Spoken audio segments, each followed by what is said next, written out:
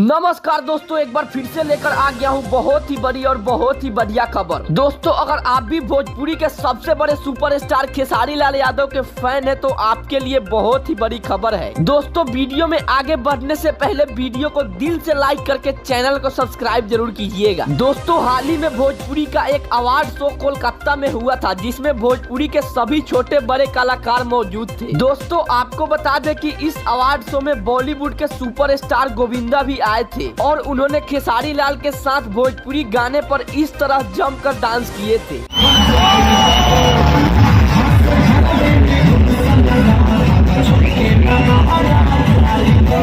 जिसे देखने के बाद भोजपुरी के पावर स्टार पवन सिंह ने खेसारी लाल यादव का जमकर तारीफ किए हैं। दोस्तों, पवन सिंह ने कहा है कि खेसारी ने गोविंदा के साथ भोजपुरी गाने पर डांस करके भोजपुरी का नाम ऊंचा कर दिया है। तो दोस्तों, खेसारी लाल के लिए आप क्या कहना चाहते हैं, नीचे कमेंट करके जरूर बताइएगा।